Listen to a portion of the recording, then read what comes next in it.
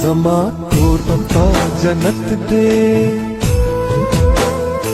ما د پار فرښتې زما کور پتا جنت دے ما د پار فرښتې ژوند لتا نه عبادت دے تد ژوند د غرچینې